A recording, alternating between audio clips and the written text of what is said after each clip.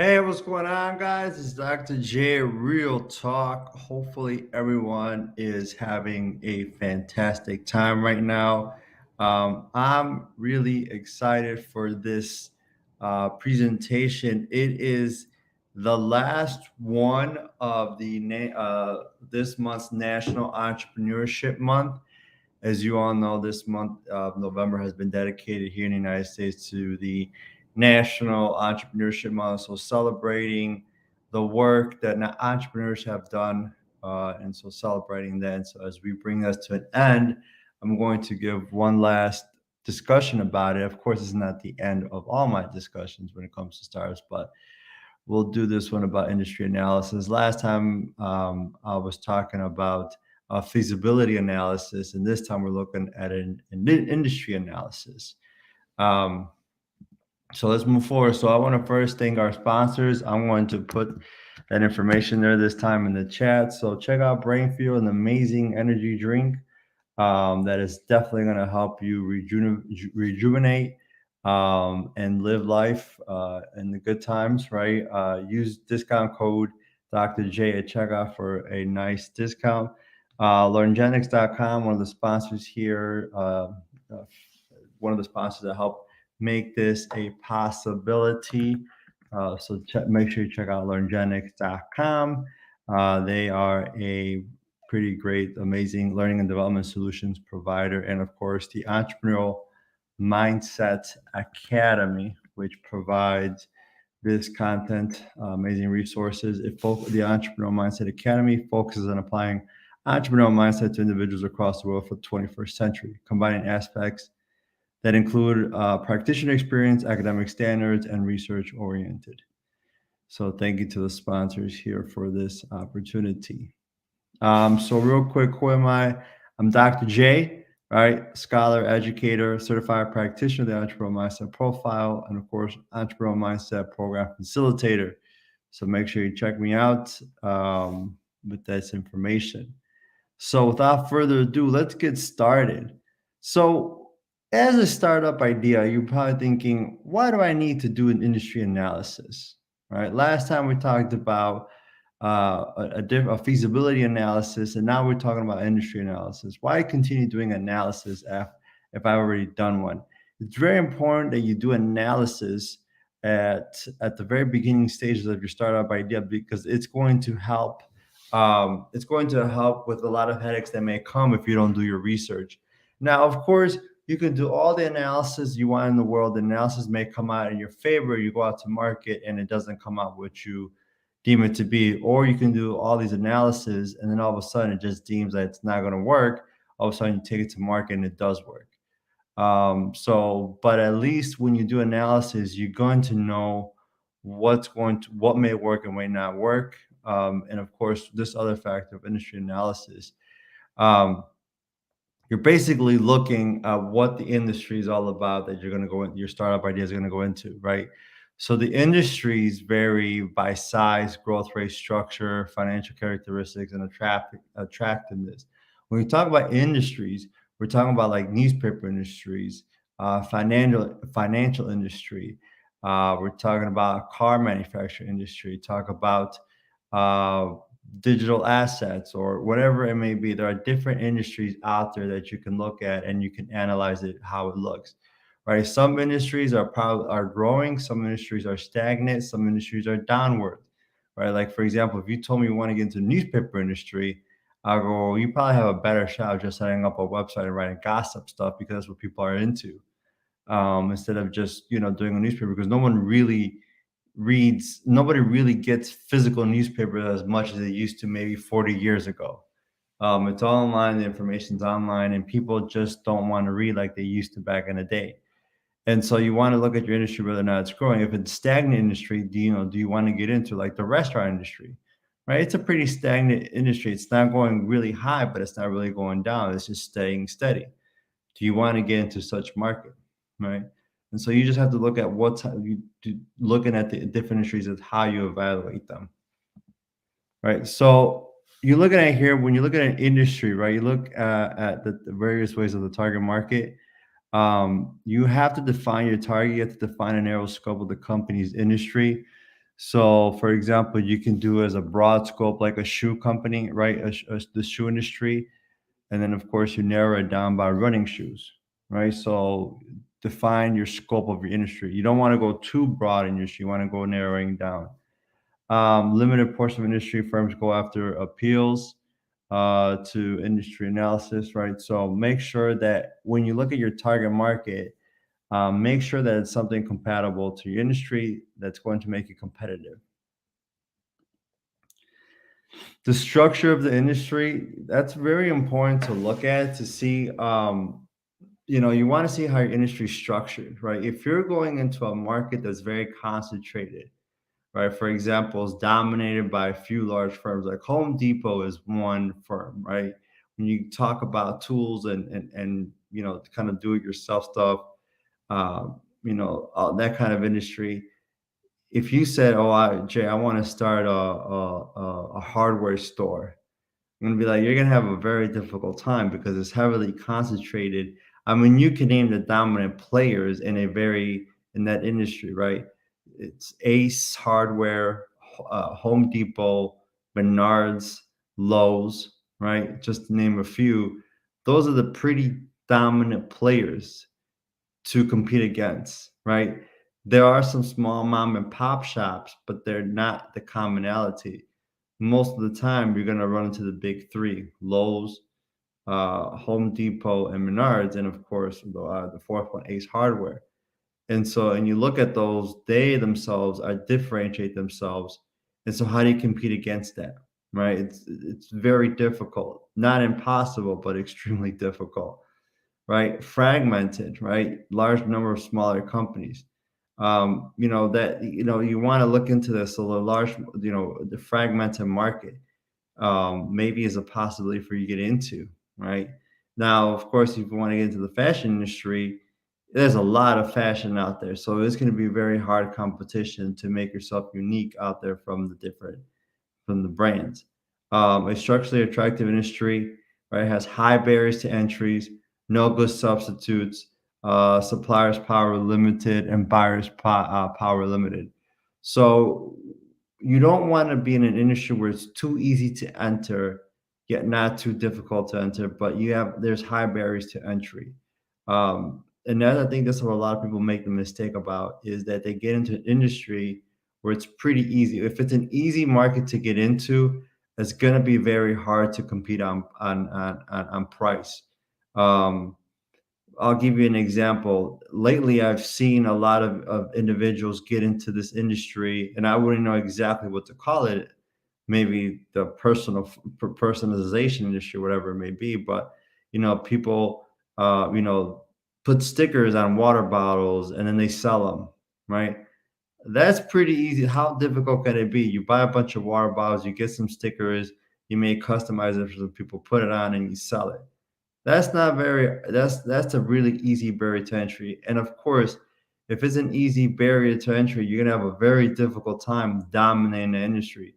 Another one that I've seen too is especially I've seen it in the Hispanic community, taquizas, which is a person comes with a portable grill and sets up taco shops. Sets up tacos.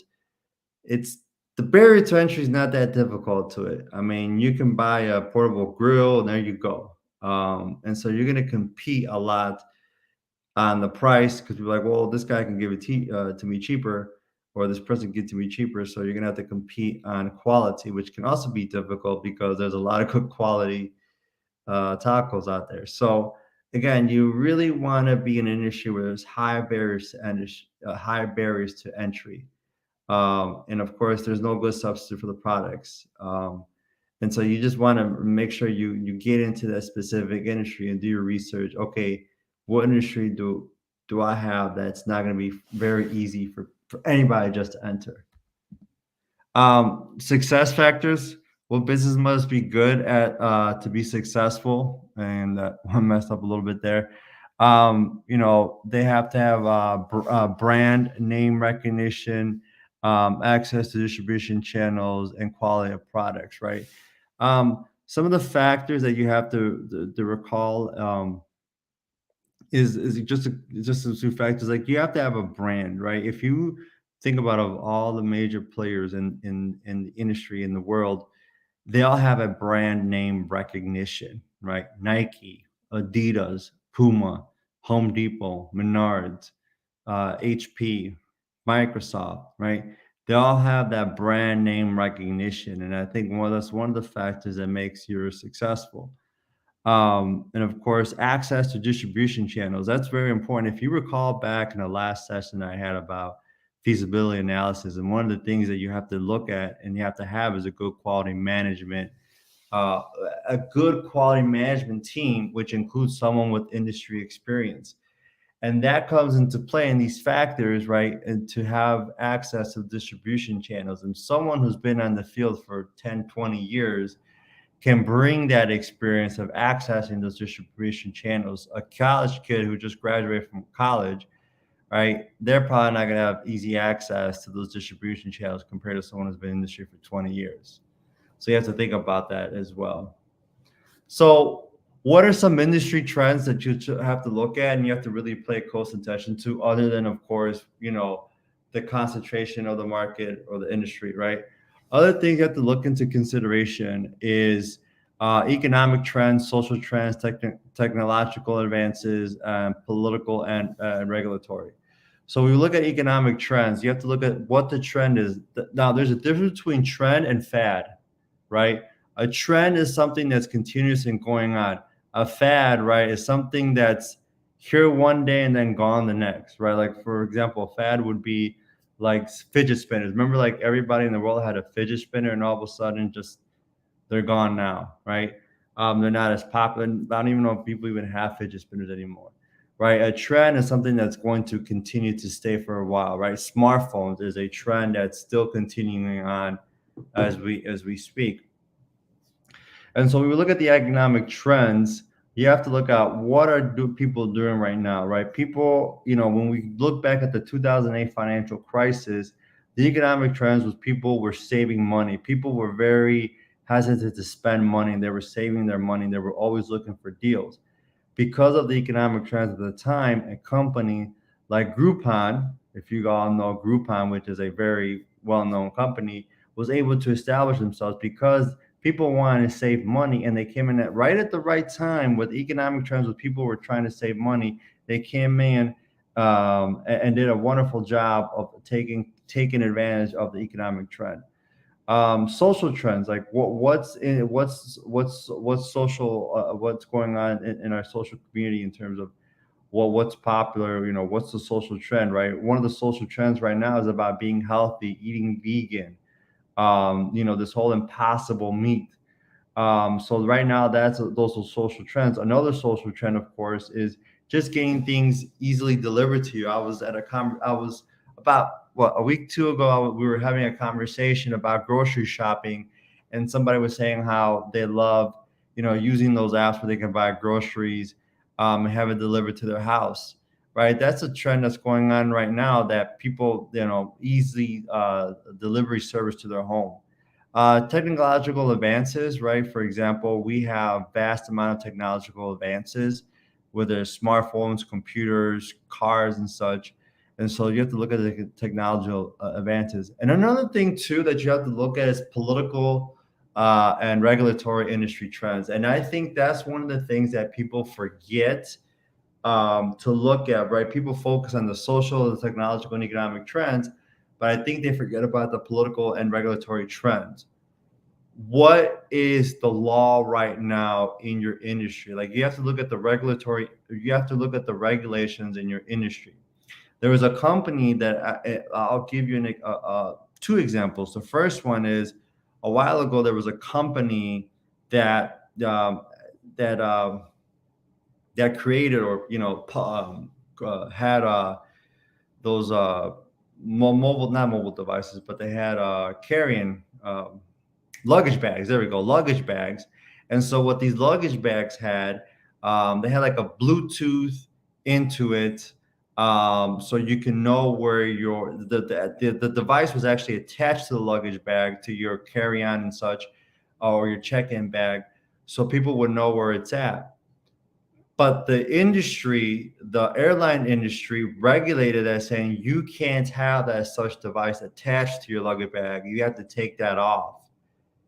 And so, because of that regulation, it shut down that company. Like that company could not survive because they could not compete against the airline industry. The airline industry has billions upon billions of dollars, especially its lobbyists. So this small little startup company that's having luggage bag with this kind of Bluetooth such device on it attached to its luggage bags there was no way they were going to compete because of that regulation. They had to shut down. Another one too. There was a financial company that started based on conservative values. Kind of the anti-woke thing. I don't want to get too much into that, but they didn't mean, when you get into like the banking industry, when you get into that type of industry, like banking, financial industry, that is very heavily regulated. I mean, it's very heavy. So you have to follow all protocols or else you're going to get out of business. And of course, that business didn't follow the regulatories that was going on, all the regulations, and it shut down. I don't know how. I don't even think they survived a year or so, or less than 2 years. And so you have to look at what's the politics and what's the law, what's the regulations, what's that trap? Because if something is illegal, right, or not, well, illegal, or going against your favor, going against your favor, may not. You may have to shut that down, right? You have to look at that. So that's a wrap up. We can talk about industry analysis for a long, long time, but I just want to give you that kind of little dosage of industry analysis. But I'm happy to continue the conversation. I'm going to put my website here as well, so you can definitely check me out. So check out my website. You can, of course, like and subscribe to this YouTube channel. Follow me on social media. Definitely put my social media handle here. So that social media handle is good for Instagram, Facebook, and Twitter. So check me out. Definitely like and share this video. And so I definitely want to make sure that check out, guys, next time, and celebration, of course, to National Entrepreneurship Month. And next year, National Entrepreneurship Month will be astonishingly awesome and great. So make sure you like and subscribe, and check you guys out next time.